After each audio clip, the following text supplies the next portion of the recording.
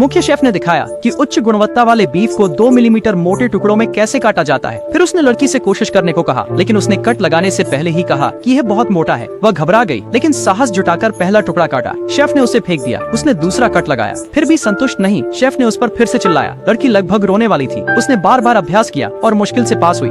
अगला आया stir Frank, लेकिन जैसे ही उसने पैन में बीफ डाला, शेफ ने उसे पकड़ लिया और बाहर फेंक दिया। उसने कहा कि यह ज्यादा पक गया था। एक के बाद एक पैन उसने बीफ को बाहर फेंक दिया और उसे बेवकूफ कहा। लड़की रोई और लगभग बाहर चली गई, लेकिन वह हार नहीं मान सकती थी। वह पहले एक स्ट्रीट स्टॉल पर खाना बनाती थी। किस्मत से उसने शेफ का टेस्ट पास कर लिया था और इस रसोई में रह गई थी। अगर वह अब चली जाती तो उसे केवल गांव लौटना पड़ता, इसलिए वह वापस चली गई। भले ही उसे फिर से चोट लगे, वह आगे बढ़ती रहेगी। अगली सुबह उसके सहकर्मी आए और उसे फर्श पर सोते हुए देखा। उसकी बाहें जलने के निशानों से भरी हुई थी। जब शेफ आया तो उसने उसके सामने फिर से बीफ पकाया। इस बार बीफ कुछ ही सेकंड में पूरी तरह से पक गया था। यह साफ और लगभग पारदर्शी था। शेफ ने एक टुकड़ा खाया। उन्होंने कुछ नहीं कहा।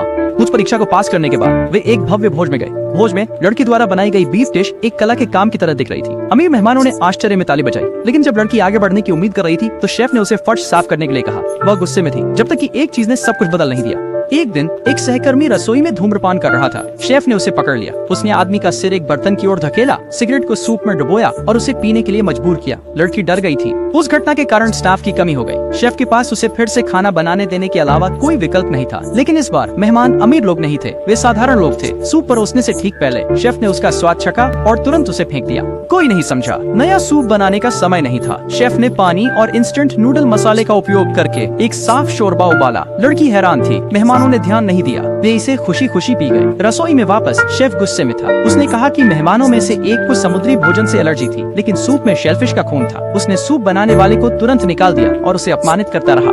उस रसोइये ने गुस्से में आकर चाकू उठाया और शेफ को चाकू मार दिया। शेफ को अस्पताल भेजा गया। केवल लड़की उससे मिलने आई।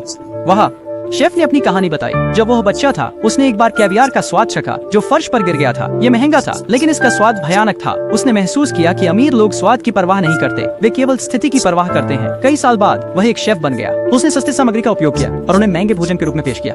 अमीरों ने फिर भी उसकी प्रशंसा की। एक बार 3 लोगों का एक परिवार गहरे कर्ज में था और उन्होंने एक साथ मरने की योजना बनाई। उससे पहले उन्होंने अपनी सारी बचत एक आखिरी भोजन के लिए खर्च कर दी। शेफ ने उन्हें इंस्टेंट नूडल के मसाले से बना एक व्यंजन परोसा। उस कहानी ने लड़की का उसके प्रति सम्मान तोड़ दिया। उसने समझा कि शेफ एक धोखेबाज था।